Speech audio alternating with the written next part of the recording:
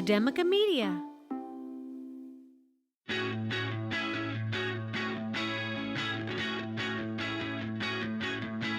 From Academica Media Studios in Miami, Florida, it's Big Ideas in Education, a weekly recap of inspiration and innovation in your schools. Hello, education lovers. Excited as always to have you joining us for this week's installment of Big Ideas in Education. I'm Ryan Kairalla from Doral College, joined happily by Dr. Sarah Boulos from Somerset Academy Schools. How are you, Sarah? Hi, Ryan. I'm doing well. Hello, everyone. Thanks for being with us. Well, it occurs to me when I say joined happily, like, am I speaking on me being happily joined that you're here, or am I just presuming that you are happy to be joined here with me? Hopefully it's correct either way. That's right. Happiness all around, because I'll tell you, the two stories we have this week, I'm pretty excited to share them both. They are definitely both things that make me smile as an educator, and I'm eager to get right into it. Sarah, tell us what you have this week. Back in March, the state of Florida, here at home, became, to date, the largest state in the union to pass a law mandating personal finance education courses as a graduation requirement. This week, Michigan joined this trend as the 14th state to pass such a law. According to a new survey from the National Finance Educators Council, a lack of personal finance knowledge costs an estimated average of $1,389.06 per individual, or $352 billion total in the U.S. each year. In my opinion, considering the delicate financial state of most high school graduates, that's a pretty significant number. Thinking to the financial decisions one must make as a young adult, one has to realize that the choices made at 18 years old can have a lifetime of consequences. For example, taking student loans, applying for credit cards, investing in your future, deciding what career or higher education models are best for you. These are all decisions that have lasting consequences, and preparing the next generation should be a high priority. Young adults are also incredibly vulnerable to identity theft due to their relatively untarnished credit records. Eva Velasquez, CEO of California-based Identity Threat Resource Center, which helps people minimize risk and respond to identity theft, says the impact of identity theft on young adults can be devastating. Credit scores are trashed, financial aid withheld, and even employment denied. Fixing child identity theft also takes longer than fraud against adults and costs the average U.S. family $372 out of pocket on top of any fraudulent charges. Not to mention that financial decisions are becoming much more complicated than they were even just a few years ago. The world of money is changing so fast. If we don't help our students keep up, the next generation is going to repeat cycles of a lack of financial literacy, says Yaneli Espinal, Director of Educational Outreach at Next Gen Personal Finance, a nonprofit. Even as a reasonably educated adult, I find myself confused about what are the best decisions to make for my future, and I definitely was not given the opportunity to take these kinds of courses in high school. I think the extent of my own financial literacy instruction was that if I was going to college, free money, good, loans, not so good. It was a decent attempt, but hardly comprehensive enough, right? I don't know. What about you, Ryan? You're a good part of the way there. That's certainly what I try to impart to young students now, with the benefit of hindsight. Having, engaged in all of these financial demons at the young age of 18 and wanting to impart wisdom to the generation coming after me. But as you lay out all of those different financial hurdles that people confront, it just kind of blows me away when we think about you turn 18 and just all of this stuff gets thrown at you. You turn 18 and suddenly you're applying for credit cards. And I don't know how it was at your college, Sarah, but at mine, like the first week of school, you're walking through the university hallway or breezeway or student union, and there are immediately banks there, like trying to sign you up for credit cards. When you're 18, you get hit with student loans for the first time. You're 18, you're paying taxes, a whole bunch of things coming at you at once that requires a pretty high level of financial knowledge that up until very recently has not been standardized in terms of its dissemination in the school system. So now we're starting to see Michigan is just the latest example of a bunch of states recognizing this and making it part of the curriculum, and it's a welcome development. And I think it also speaks to the complications in determining what that curriculum should cover, right? Because there are just so many things that need to happen when you become an adult legally, and so many consequences that happen that you may not recognize are going to follow you for your entire life. Um, Credit scores will not leave you, right? Financial Yep. decisions don't leave you.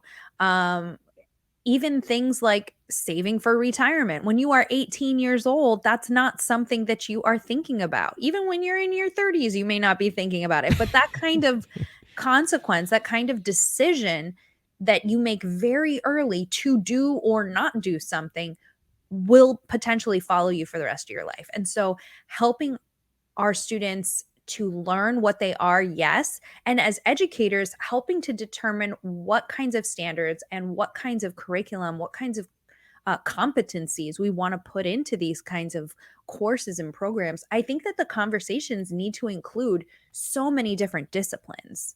And Well, I I'm glad. think, go ahead. I was going to say, I'm glad you brought up that last piece about saving for retirement, because I think when we think about financial literacy and the stuff that we want to impart to 18-year-olds, obviously the stuff on the top of our mind is going to be like, oh, we want to make sure that they are making responsible student loan, moves, that they are not putting themselves in bad places with credit cards and other forms of consumer debt. But I think the other side of it is not just the dangers of personal finance, but introducing kids to the opportunities of personal finance, particularly the opportunities you have when you're 18 years old. You have your whole life ahead of you, and you have this really long investment horizon. I tell young students all the time about investing. You have something that is so valuable that Warren Buffett doesn't have it, Jeff Bezos doesn't have it. And if you could sell it to them, they would literally give you billions of dollars for it, which is time, which is everything in investing. So I love the idea, and I obviously don't know what they're doing here in Michigan, but I would love to hear that Michigan, as part of this curriculum, is teaching kids about investing, and not just like, picking stocks in the stock market, but even just kind of basic investment ideas like building CD ladders, treasury bonds, IRAs, 401ks, the kind of stuff that is, when you have a long time horizon, isn't a huge risk to take, but if you make those steps at a young age, it can really pay off for you later in life in terms of saving for retirement and saving for a comfortable future. And these are things that are not easy to understand, right? They require Mm. discussion and conversation, and what is really best for you, what is not best for you, maybe talking to your family about what is available to you, because not every 18-year-old has any money when they become an Yep. adult, right? Like, you got your birthday money when you turn 18, right? From a family member, maybe. But not every 18-year-old has a job or an income. And so what does it look like? And what can you do? And how to build up any kind of personal finance is important. And these are all really great conversations to have. And I think as educators, we need to help develop what that curriculum can look like for the next generation and what can we impart to them. And I think that as educators, this would be really great opportunities to partner with, you know, all of these nonprofits that I mentioned. And I actually have like 3 articles that I'm linking in the description box, because once I started reading, there were just so many different resources that I wanted to bring into this. Obviously, there are many more, but there are banking agencies and nonprofits that are built to have these conversations and understand the financial side of this a lot more than most educators, myself included, know. I became an English teacher. It's not like I had a lot of financial literacy in my back pocket, and definitely didn't take those courses as part of my undergraduate, or even, if I'm being honest, even postgraduate coursework. So how do we put these things together? So thinking kind of as a curriculum developer, I'm thinking about, how do we bring these different agencies together? How do we make sure that we're discussing what competencies students need to be able to demonstrate to show that they have developed this? And then what does it look like past the classroom, right? I think that these are all really great conversations to have as educators, and have really, definite real world implications. I think those outside partnerships with setting up something like this is absolutely critical. What a cool, I love every time a new state pops up with one of these personal finance curricular requirements, it just makes me smile. It's such a welcome development, and only slightly jealous that we didn't have stuff like this when I was growing up, because I definitely would have enjoyed hearing about this stuff. And we can audit those classes now. That's what I'm thinking. I'll be like those scenes in Billy Madison where Adam Sandler is just like sitting with a bunch of small children around him, painting pictures of blue ducks. Like, that's going to be me, because I want to learn this stuff now here in my 30s. Well, I know you have something really fun that you want to share that you didn't really want me to watch ahead of time. So Yes. I'd love to see that. I'm excited for this story, and apologies to the viewers and listeners out there that we didn't get to this earlier in the month. But as you all know, if you're a loyal listener to this program, I had a ukulele story last week, and that obviously I had to get to the ukulele story. Takes precedence. That's right. Ukuleles, obviously. But this is a cool story, and I'm glad that we're finally getting to it. So earlier this month, Sarah, as you probably know, because it's been all over Twitter and everything like that, San Antonio 8th grader Harini Logan was crowned champion of the 94th annual Scripps National Spelling Bee. Logan won the title in an exciting tie-breaking lightning round in which she spelled 22 words correctly in 90 seconds. I have a clip for you here, Sarah, and I want to preface this clip by saying what you are about to see might just be an example of somebody being better at spelling than anybody else in the world has been at anything. Okay. and I'm not even exaggerating. All right. This is no pressure. Here we go. This is spelling bee champion Harini Logan in the lightning round, having to spell 22 words correctly in 90 seconds. Here we go. Your first word is spielbone. Spealbone. Phreatophyte. Threatophyte. Gaidiang. Gaydiang. Parison. Parison. Exemer. Exeimer. Tokia. Toquilla. Glaucus. Glochis. Epaulement. Epaulement. Cara. Chara. Maieutic. Maieutic. Calicothere. Chalicothere. Teosinte. Teosinte. Cicerari. She is spelling faster than my brain can even process the word that was said. I mean, forget about being able to spell any of those words. Do you actually know what any of those words mean? Because I don't. I mean, I'm being really honest. I'm not sure that I even heard all of those words before she spelled them, because she's just rapid fire. And so I think I know a lot of them, but I'm not sure because I don't know if I heard all of them. Oh my, it's just because of the speed. It's insane. Unbelievable what these kids can do. It's really, really magnificent. And so obviously when I saw this video for the first time on Twitter, as I'm trying to like pick my jaw back up, after it just fell on the floor and rolled around for a bit, I saw some of the comments of the video, and obviously most of the comments were just like people similarly in awe of this amazing spectacle, this spelling spectacle that they saw. But there were a few folks out there, the haters on Twitter, as because that's what's on Twitter a lot, who would say things like, why would you need to be able to spell those words? When is that ever going to be used in life? Why do we even have spelling bees? Like, what's this person going to be able to do being spelling bee champion? And I mean, aside from the fact that any kind of amazing feat, whether it's like football, baseball, hot dog eating contest, these aren't skills that are necessarily transferable into any other things, but I like watching humans do incredible things. And so that alone already makes it worth something worth watching. But we certainly don't want, and certainly for Harini Logan, the $50,000 in cash and prizes that they got certainly made it worth her time.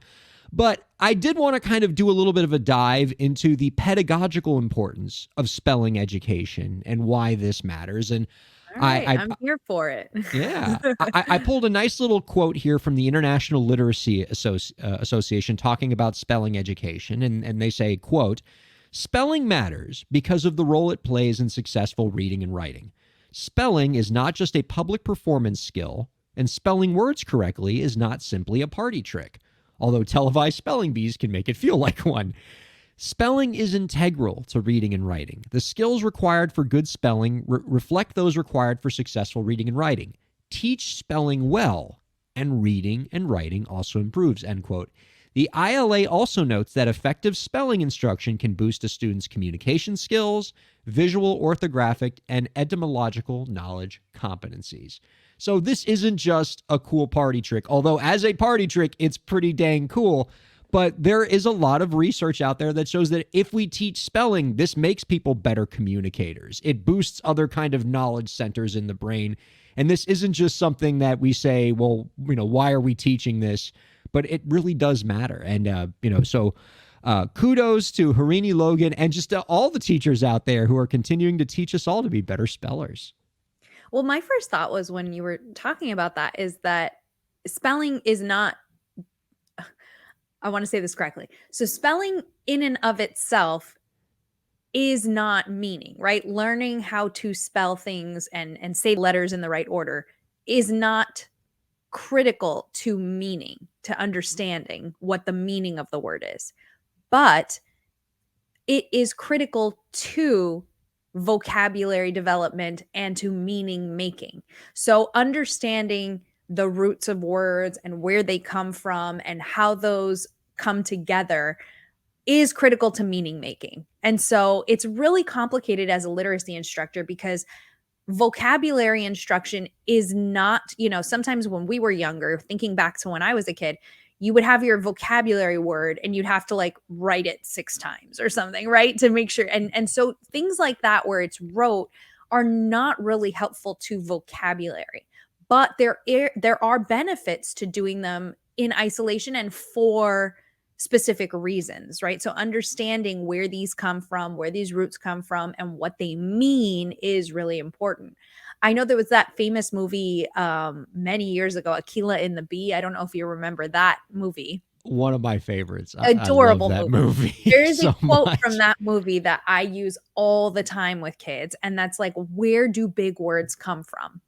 Big words come from little words, right? So we learn the little words and we learn the pieces of the words that we need to understand. And then when we get to these longer multisyllabic words, we can break it down and we can figure out what they are. When we're talking about Greek and Latin roots and things like that, I think about law, I think about medicine, I think about all of these different fields in which these longer, more complicated words, pharmaceuticals, these longer, more complicated words come into play, and we have to decipher them every single day. And I'm not talking about if I'm a lawyer or if I'm a doctor. I'm talking about a human existing in this world, right? So if I go to the doctor and they tell me that I have this issue and I need to take this medication for it, to be able to break down what those words mean and understand them is critical, right? To me being able to function. And so I do hear that this performative spelling bee can seem it can seem ridiculous to a lot of people. And, hey, it's a show. It's fantastic. This is a person who has this incredible talent. But at its core, do we need to still spell? I will tell you something that I learned very early on as a literacy instructor. One of my best professors when I was getting my master's degree, she said, if you need to give a kid a quick reading test, have them spell something, right? Have them just write a sentence and look at their spelling, because it's an indicator of what is going on with them. It's a very easy diagnosis of, are they understanding letter sound combinations? What's going on with their phonics? What's going on with their meaning making? It's a way that we as literacy educators can assess things. Now, I will also say, and I know I don't want to go too far down the rabbit hole, for a lot of us, spelling has been taken out of our literacy standards. It's not something that we spend a good amount of time going over because there are so many other things that we need to be working on. So it's an interesting conversation as a literacy educator, how much time we devote to these kinds of things and why and when. Yeah, absolutely right. And I love the idea of still kind of holding up the spelling bee as kind of the platonic ideal of what we should be expecting in spellers. Because, I think kind of holding it up, even though we don't expect most 14-year-olds or, most people our age to know how to spell things like glocus and guidiang, to me, it's Or inspiring. even know what they mean. or even know what they mean. Exactly. To me, I see it as when we see Harini Logan engaging in this incredible feat of spelling, the brain power involved, the amount of training and commitment, because the people who do these spelling bees, like, it's a lot of work. They train for it the same way that an athlete trains for their respective sport. Absolutely. And, even though, an average person doesn't need to know how to spell Guidiang, when we see somebody like Harini Logan do something like that, that's so incredible, it sends a message to all of us that this kind of education matters. And it shows kids that, spelling is cool and that this is something you can do, in the same way that when I watch an NFL player score a touchdown, I'm never going to be able to score an NFL touchdown any more than I can spell Guidiang. But it makes me care about my own physical fitness, and it sends a message to all of us out there that training your body and keeping yourself healthy matters, and committing yourself to a contest and trying your best at it matters, whether it's in the academic or the athletic space. And it's just amazing to watch these kids do awesome things, and to tell all kids everywhere that this kind of stuff really matters, and we're going to celebrate it. I agree. It's a great way to look at it. Well, congratulations to Harini Logan, and thank you to her for just giving me like one of the most entertaining pieces of video I've seen in a long time. Love to hear what the viewers and listeners out there think of our two topics, whether it's financial literacy or being able to spell Glocus. Love to hear all about it. Please tweet at us with the hashtag BigIdeasInEducation to @Academica Media. You can follow me on Twitter at RyanKair. And you can follow our co-host at Read with Fi. Sarah, this has been an absolute treat. Thanks so much for hanging out with me this week. Absolutely. Same to you. Thanks, everybody.